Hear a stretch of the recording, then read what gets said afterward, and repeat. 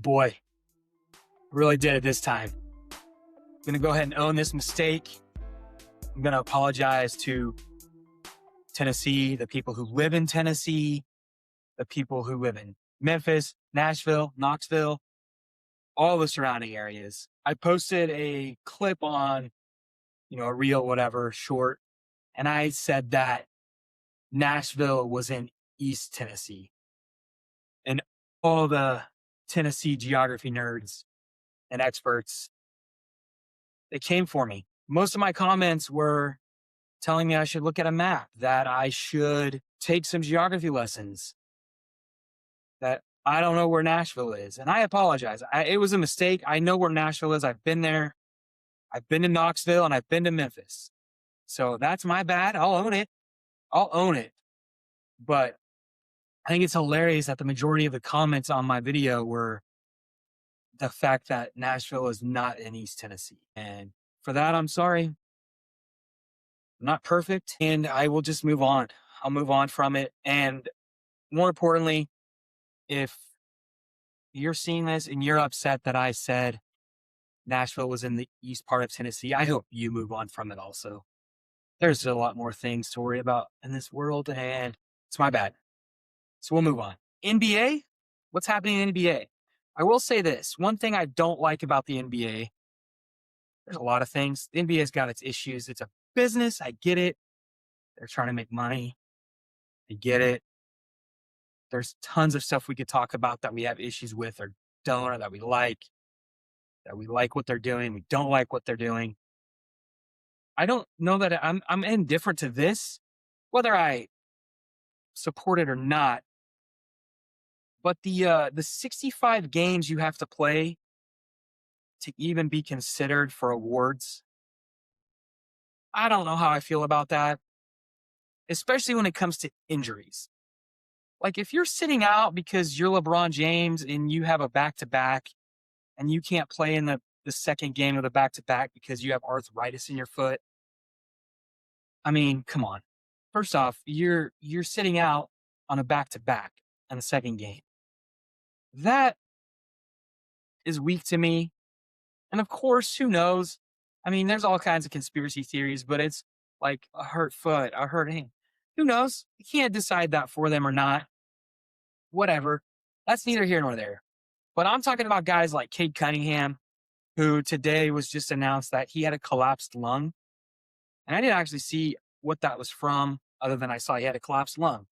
But if he doesn't hit 65 games and isn't up for any awards, anything like that, I think that's weak. And I get it. It's fair for everybody, if you're injured or not. But man, that's rough. I don't know. Maybe they should just lower it to 60 games instead of 65. I mean, you're still playing well more than half the games. And like, even for like MVP, if you play 50 games and you're still in the MVP talk, that's pretty incredible. And then what do you do about guys like SGA? How many fourth quarters has he not played this season? It's a solid amount. It's probably 10 games where he hasn't played the fourth quarter. I mean, if you think of it that way, that's like another 2.5 games he's missed. If it's 10, I mean, let's say it's 8. Let's say he missed 8 fourth quarters because the Thunder were up so much and they're so good that he missed 8 fourth quarters. That's 2 full games. So what do you do with that? I don't know. And then I don't know. I don't know the answer. Are there too many games? What's the deal? And I say too many games, like, are there too many game requirements to get these, to be up for these awards? 65, you have to play 65 out of 82 games. Is that a lot? Is that too many? Is that the right amount? Should they lower it? Should they make it 60 next season? I don't know, but it's just such a hard dilemma that the NBA is in because, again, like how many guys sit out the second game of a back-to-back when they're fine, but load management, and so they sit out? I don't know. I don't have an answer. I'm just talking about it. So don't come at me, Tennessee people. But I'm just throwing out ideas because is there a right answer?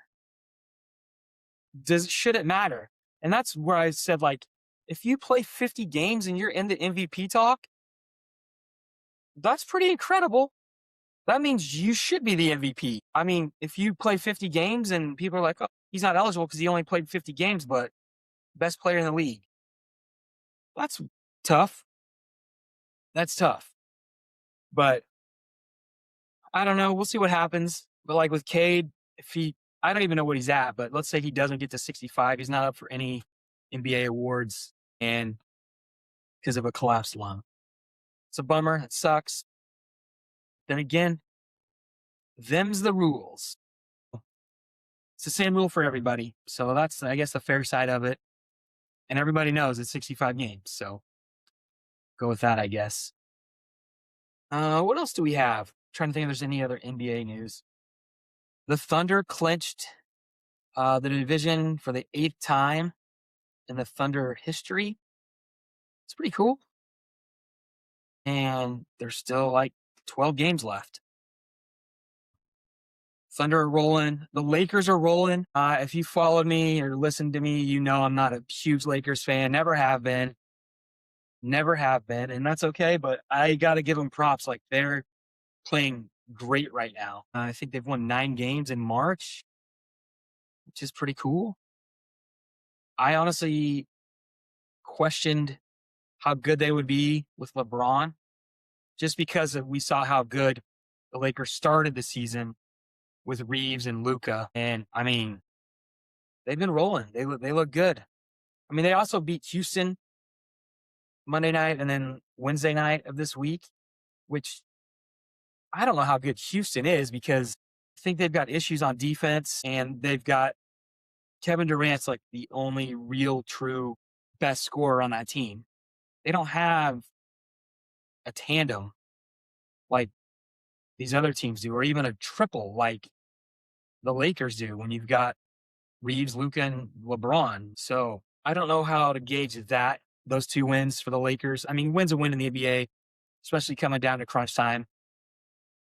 Who cares? I mean, you got to play the game. But we'll see what happens come playoffs, and we'll see if the Lakers can stay healthy.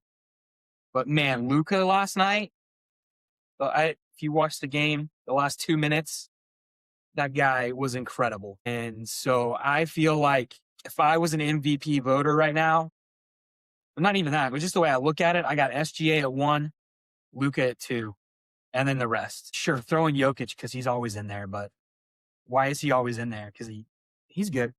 I'm just kidding. So SGA, Luka, Jokic. That's how I have the MVP right now for the NBA. 12 games left or so. So we'll see how the season ends up for those guys. But man, Luka last night played like MVP. And he has. And he just never gets the love. Never gets the love for MVP. And I don't know why. I don't know why he's not in that talk. But man, incredible. And how stupid does Dallas still look? I still can't believe 2 of the wildest trades in the last year or 2. Obviously that one. I mean, there's always wild trades, but Dallas trading Luka is just so wild to me. Just wild. But we all know that. But another great trade that also made no sense this season was Jared McCain being traded from the 76ers to the Thunder. And he fits right in, like right away. Just fits in. He's playing defense. He can shoot the 3. And it's like he's been on the team the whole season. Comes off the bench and plays incredible. So I don't know what the Sixers were thinking with that either. I heard the owner or the GM, whoever it was, say, feel like we traded him at his peak. It's his 2nd year in the NBA, and he was probably going to win Rookie of the Year last year before he got injured. It's hilarious. But anyways, that's how the cookie crumbles in the NBA. You just never know with these trades. I mean, just the fact that how the Thunder ended up with SGA. with that whole trade. But man, the Lakers getting Luka, that's huge. And we know that, but just the way he's been playing this season is on a whole other level. Whole other level. So Luka definitely should be in the MVP talks this season. No question about it. NBA expansion, that is also still on the table. They're going to vote the end of this month, which we're coming up to. I don't know the exact date, but in the next week or so. So there will be a big vote. In the past, there were times LeBron had made comments about being interested in part of the ownership or owning team in Las Vegas. Yesterday, he said he was not interested. So I don't know what's changed, or if nothing's changed and he just misspoke about owning a team and just meant that like there should be a team there. I don't know. Or if he's got other plans to own or partially own a different NBA team. That could also be in the works. Who knows? And who knows how many seasons he's got left, but it would definitely make sense. I mean, the guy is a billionaire, so to be a part owner of an NBA team makes sense to me. We'll see, though, where that ends up. And we'll see for sure what cities get expansion teams. So we know for sure probably Seattle. And they're saying Vegas, which I talked about in the last episode. I'm not going to rehash all that. But that'll be good for the NBA. So that's all my sports talk. It was quick, easy. But I also like to talk life stuff on here. So I kind of hit it at the beginning about, how I upset people from Tennessee and Nashville and surrounding communities of Nashville. And again, I'm sorry, but I will say it really opened my eyes to some things when it comes to creating content and putting yourself out there and putting ideas out there and just my opinion on things. And I've always had tough skin, and I do have tough skin. Like, the comments don't bother me. I really think it's hilarious when I read comments that people make about my videos and what I'm saying and what I've said. And it's just really opened up my eyes too to like just the social media world and just the news media and the headline grabbing attention, because there's also comments on my videos where they just comment on the headline and had nothing to do with what the meat of the video was about. So that's interesting. That makes me think about things and how to go about things when it comes to creating and publishing content, which is also like, okay, so nobody's really watching this, or they're watching the first 5 seconds, or they see like the headline post or the caption real quick and they go off that and they decide to comment. That's funny to me in a weird way, in an odd way. So I don't know what that looks like going forward, but it did open up my eyes to how we are such a headline driven society. And I knew that anyways, like just with Fox News and CNN, and like people see a headline and that's it, and go off of that and make their opinion and develop their opinion off of a 6-word headline. And that's insane to me, but that's where we're at. So I don't know what the fix is for that. I don't know if there is a fix, because it's nothing new. Like, it's been a thing for a while. It's been around for a while that people base and make an opinion off of 5 seconds instead of watching an entire 30-second video. But it just really got me to thinking about this whole thing and creating content and just how you do have to have tough skin and to do this, which I'm thankful I do. Because if you don't, like, I could see people reading the comments that I got this week and just shutting down. One comment that I actually really laughed at was someone commented and just said, "Nobody gives a bleep what you have to say." That's so funny to me for numerous reasons. One, I don't know you. You don't know me. Fine. Okay. Also, you're going on to comment about something and comment to somebody that you don't even know. Like, you're wasting your time and energy. Like, if that made you so upset that you went to comment that on somebody's posts, and it's not just mine. I've seen it numerous times, many times. It happens every day. But I just don't understand people who are so negative and post stuff like that and comment stuff like that, that is so funny to me. Don't waste your energy. Do it. I mean, maybe because I don't care. Like maybe this person was just trying to get a rise out of me and wanted me to comment back. And I did comment back and I just said, I think I just put the like laughing face emoji because what else am I going to say? I guess I could say thanks for watching my videos. I do appreciate that. That's fun. But man, that's just so funny to me and sad at the same time. Just so much negativity in the world. So many people who probably live sad lives and they're going and just being trolls and commenting things that are just wild and don't matter. So thank you though. I appreciate it. It makes me want to keep going and keep doing this because I love sports. I love talking about sports. I like to give my opinion about sports and sometimes facts mixed in, obviously, but just it's just one of those things where I appreciate the comments, but it's also like I read all the comments, like I said, about certain things that they didn't really watch the video and decided to comment. And it's like, okay, it's not what I said. And I'll even go back and like, if you had watched the whole video, you would have seen what I said.